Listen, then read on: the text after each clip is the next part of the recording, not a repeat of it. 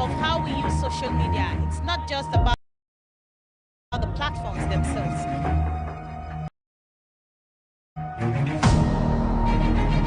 To the preservation of the national unity and democratic stability.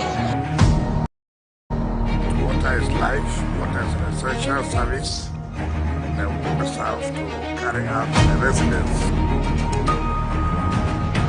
Local communities are not only vital to the growth of society, but they also form the bedrock of humanitarian development.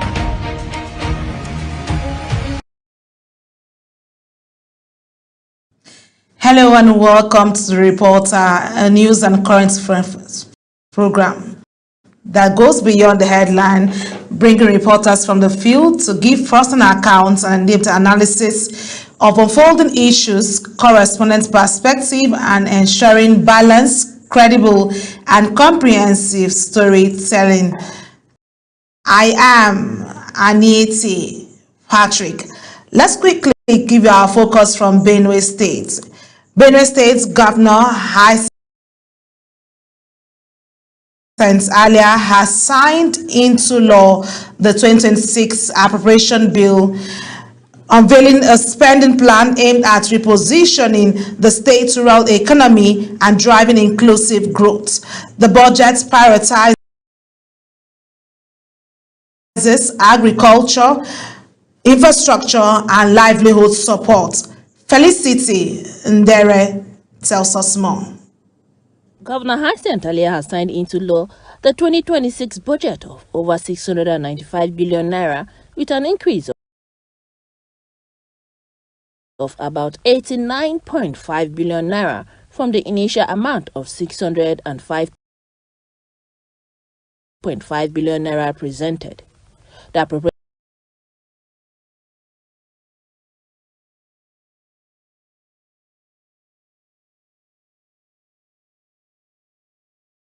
B, initially presented at 605.5 billion naira, was reviewed by the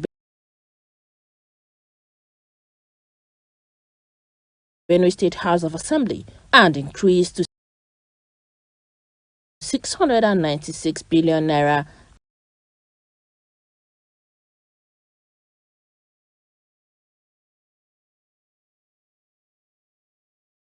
after legislative scrutiny. This budget will be implemented with discipline,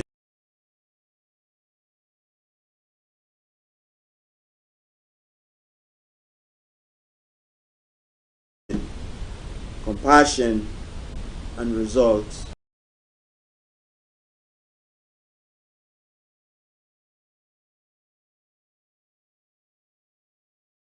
In mind. Presenting the bill for assent, the Speaker of the House, Alfred Biga,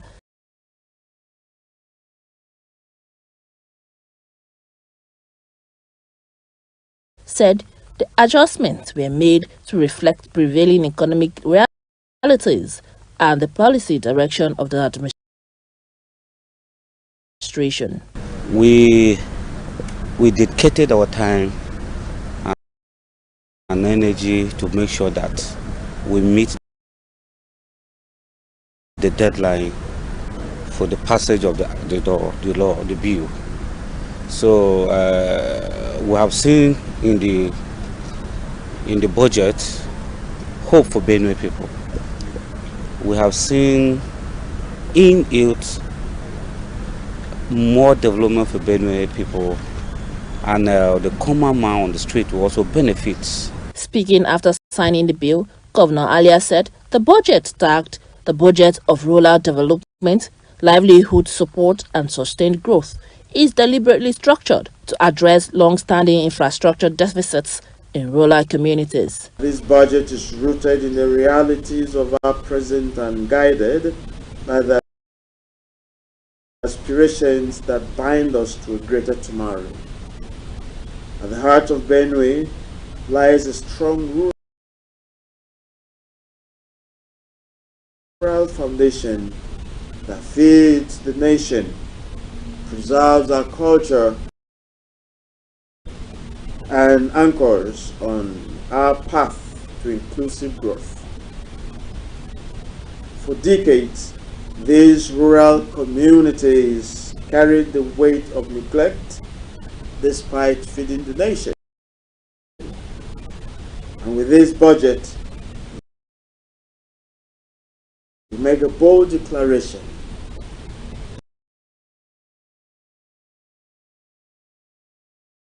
The era of rural neglect is over. The 2026 approved budget has over 313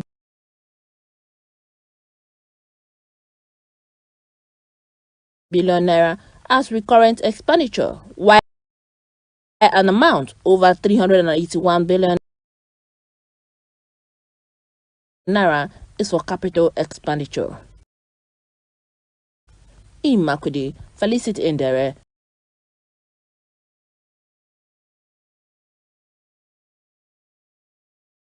reporting for Global Television News.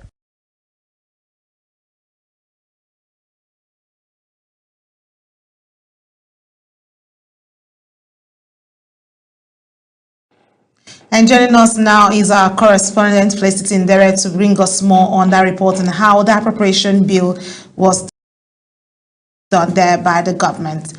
Well, Felicity, if you're there, how are you doing? Hello, Felicity?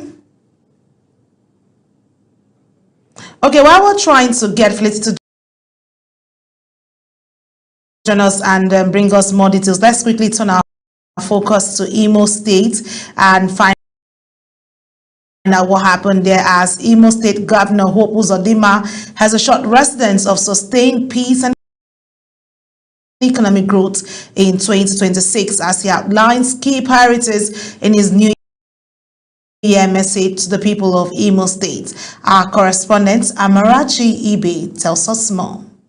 Governor Uzodinma said to the bill days after its passage by the Imo State House of Assembly, completing the constitutional process of checks and balance. Governor Uzodinma says the transition of the budget from estimates to law reflects democratic strength and commended the lawmakers for their diligence.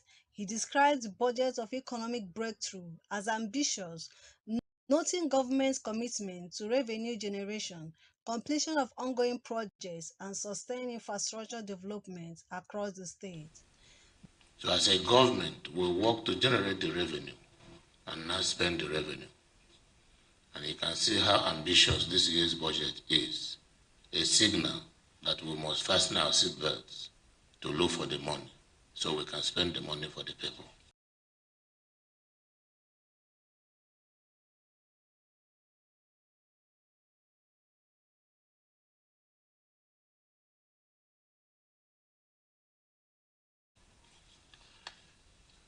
So all the projects that are ongoing, critical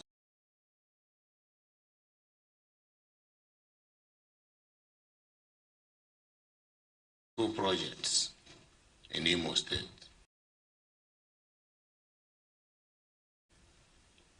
we have no plan to leave anyone uncompleted before the end of our tenure. The governor asked that the budget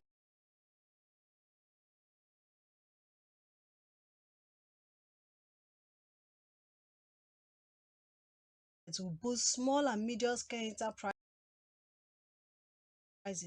attract investments, and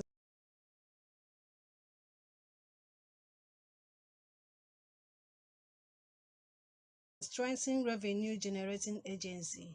He thanked the president for providing the funds for state.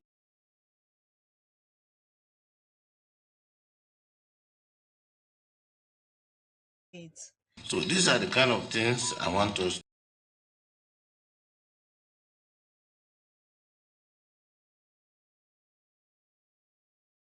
to take note. And this budget is very comprehensive and detailed.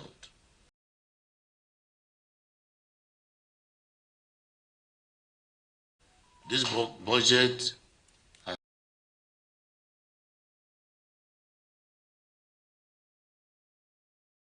taken care of, if well implemented,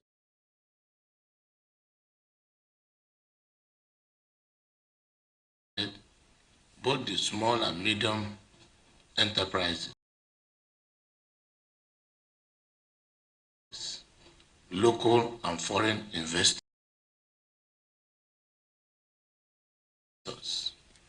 and all the revenue generating agencies will have an environment to operate. This is the whole idea why it is called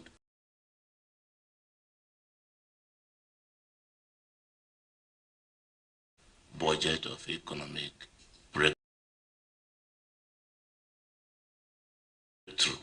By the end of The signing of the 2026 budget set the stage for a new fiscal year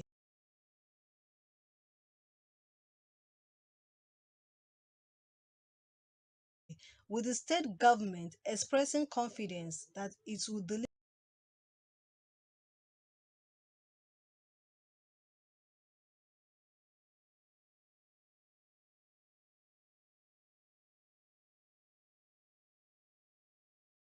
measurable benefits to Imo residents.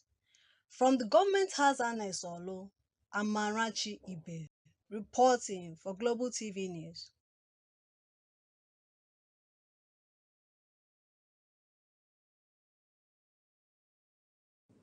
And joining us now is our correspondent, Amarachi Ibe, to bring us up to speed. Hello,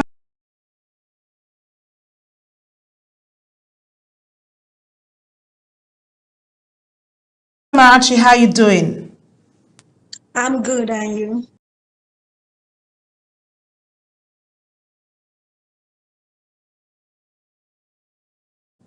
I'm great. It's good to have you. Happy New Year. Hope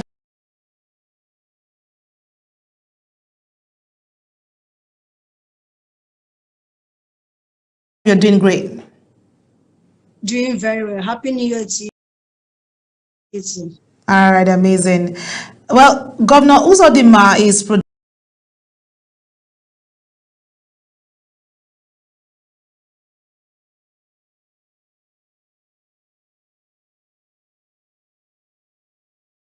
projecting peace and economic growth in 2026 as the back of a 1.4 trillion naira budget of economic breakthrough. How realistic are these expectations, and what should Imo residents look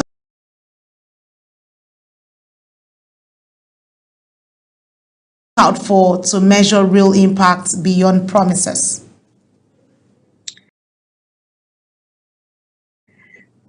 Okay, it's very, very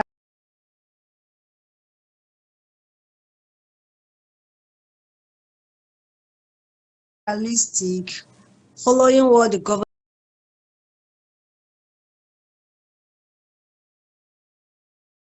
said, following the governor's broadcast.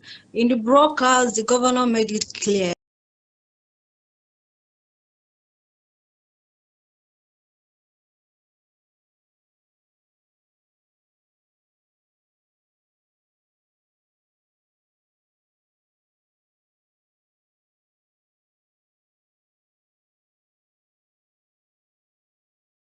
that the 1.4 trillion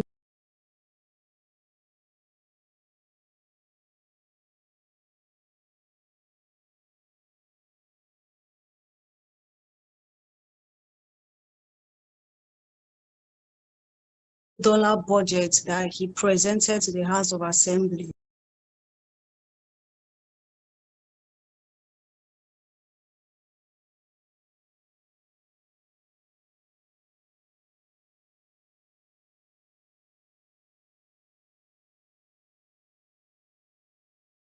that before any other thing, the money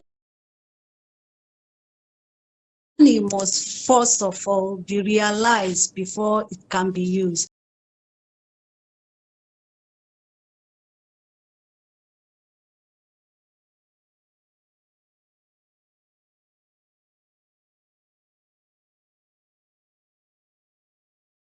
And he mentioned so many ways of realizing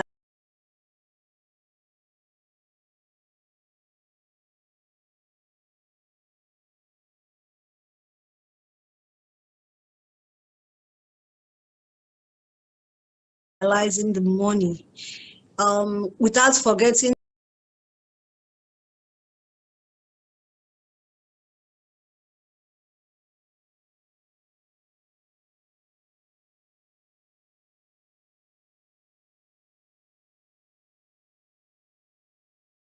the Imo Economic Summit of where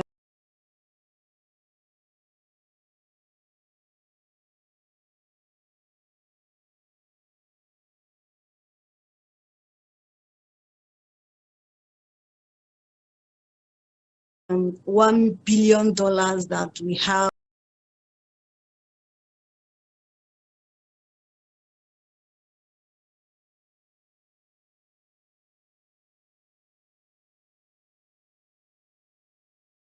the other time, that is the beginning of precisely on December 4th. Putting all this together, and then the governor made it clear that with peace,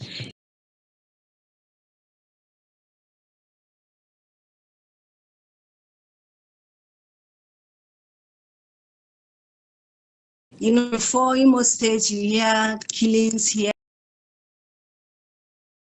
killings there, and then with gradual process, everything is returning to normalcy. With the normalcy in the state, everybody will be able to walk, move freely, and go anywhere he or she wants to go, and then this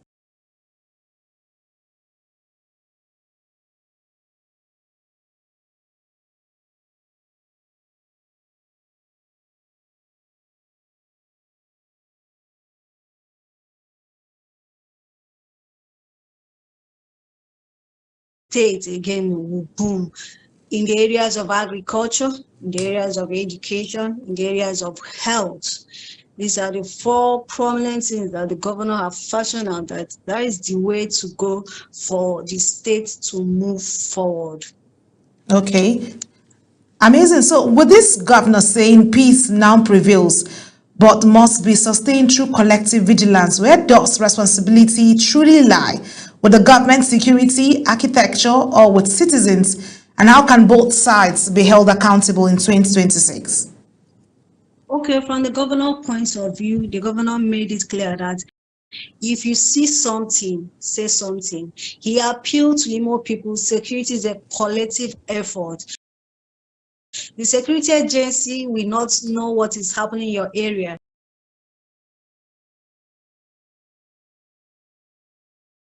If you didn't report what is happening. So the governor called on Imo people.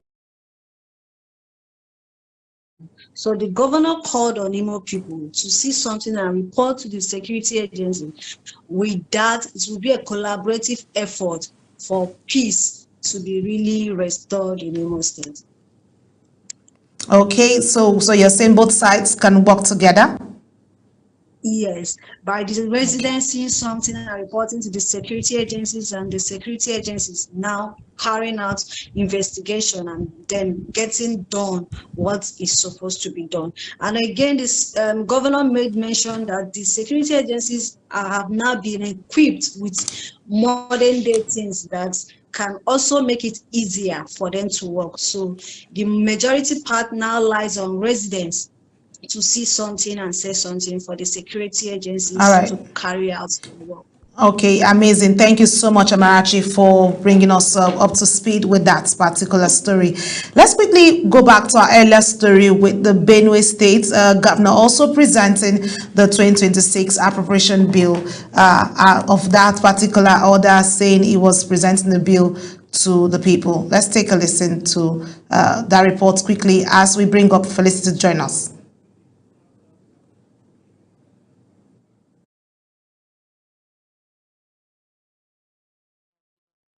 With an increase of about 89.5 billion naira from the initial amount of 605.5 billion naira presented. The appropriation bill, initially presented at 605.5 billion naira, was reviewed by the Benue State House of Assembly and increased to 696 billion naira after legislative scrutiny. This budget will be implemented with discipline, compassion, and results in mind. Presenting the bill for assent, the Speaker. Well, we now have Felicity Jonas. Felicity, it's good to have you. How are you doing? I'm fine. Good evening. Amazing, Felicity. Compliments of the season. How's the new year treating you? I know, thank God. Compliments of the All right, season. amazing. Well, with over 381 billion naira allocated to capital projects and a clear focus on rural development, what concrete mechanisms are in place to ensure this funds translates into visible infrastructure and improve livelihoods in Benue's rural communities?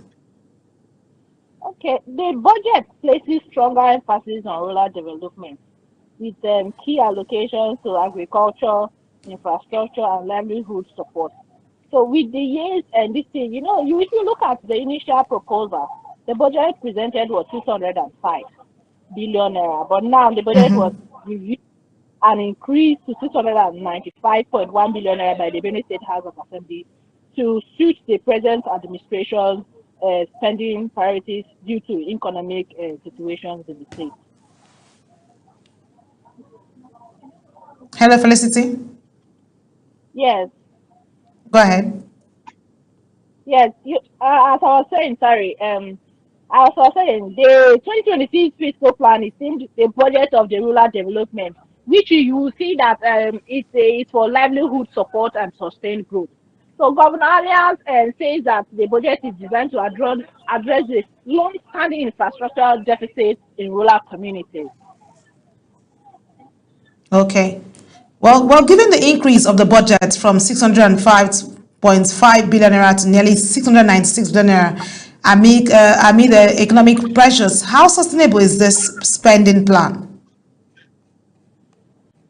Well, stakeholders are the ones from the Benue State House of Assembly that, due to the economic situation, the realities, they have increased the budget so that you will be able, the state government will be able to meet the target. The state government expects that the budget will promote rural inclusion and stimulate wider economic activities across Benue State. Okay. Well, thank you so much, Felicity, for bringing us up to speed. Do enjoy the rest of the new year. Thank you very much. Well, Israel says 37 humanitarian agencies supplying aid in Gaza have not met a deadline to meet security and transparency standards, stating that they would be banned from the territory despite an international outcry. The international non-governmental organizations, which had been ordered to disclose detailed information on their Palestinian staff, will now be required to cease operations by March 1st this year. Here's Uyi Agumofegbe with the reports. The United Nations has warned that the action will worsen the humanitarian crisis in the war-ravaged Palestinian territory, with several NGOs saying the requirements contravene international humanitarian law or endanger their independence. Teresa Leibowitz, Deputy Director of Physicians for Human Rights Israel, believes that implementation of these regulations and adding additional obstacles on the affected organizations is part of efforts to weaponize the delivery of aid as part of a broader systemic dismantling of civilian life in Gaza. On the people of Gaza, it has a direct effect. It means that international organizations that have expertise, that are known around the world for providing humanitarian aid, that have expertise in Gaza itself, that have the trust of the community there, that have connections, will no longer be able to do what they have done. Israel says the new regulation aims to prevent bodies it accuses of supporting terrorism from operating in the Palestinian territories. A ministry list indicates that prominent humanitarian organizations hit by the ban include Doctors Without Borders, the Norwegian Refugee Council, World Vision International, and Oxfam. In Doctors Without Borders' case, Israel accused it of having 2 employees who were members of Palestinian militant groups Islamic Jihad and Hamas. Uyi Agumofwebe, reporting for Global TV News.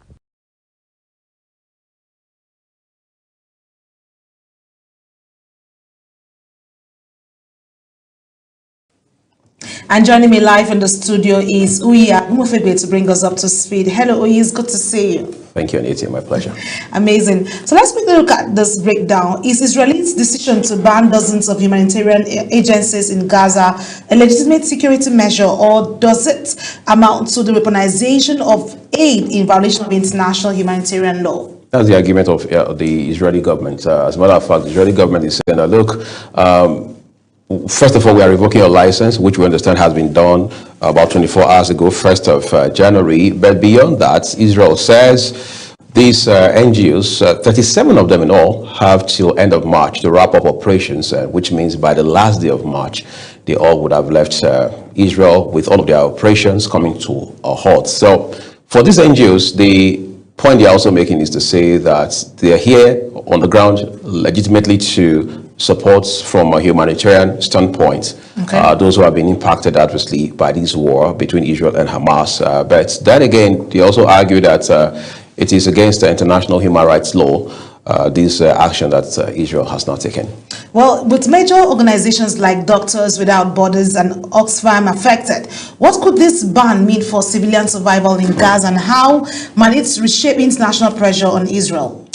Quite frankly, to put it in a nutshell, and yes, it's just going to make what one former governor in Nigeria called making a bad situation worse. All right, that's on the one hand. On the other hand, to answer the second leg of your question, it's also going to mean that countries around the world will, at this point, condemn this action, rail against Israel, and to use your term, mount some pressure as much as possible on Israel. And then there'll also be calls on the United Nations to intervene from a purely humanitarian standpoint. Of course, there are laws on the international political scene guiding this sort of operations. So it's going to just add one more layer to the conversation around the war on the ground in Gaza. Well, thank you so much, Uyi, for being part of the program. We appreciate your presence. Well, that's the size of the program. Thank you so much for staying with us on The Reporter. A quick reminder that Global Television is on DSTV channel 365 and StarTimes channel 276. And stay connected. Kindly follow us across all our social media platforms showing on your screen using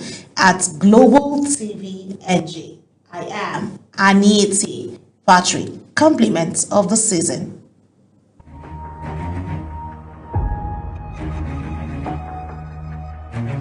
Be mindful of how we use social media. It's not just about the platforms themselves. To the preservation of the national unity and democratic stability. Water is life, water is an essential service, and we must have to carry out the residents. Local communities are not only vital to the growth of society, but they also form the bedrock of humanitarian development.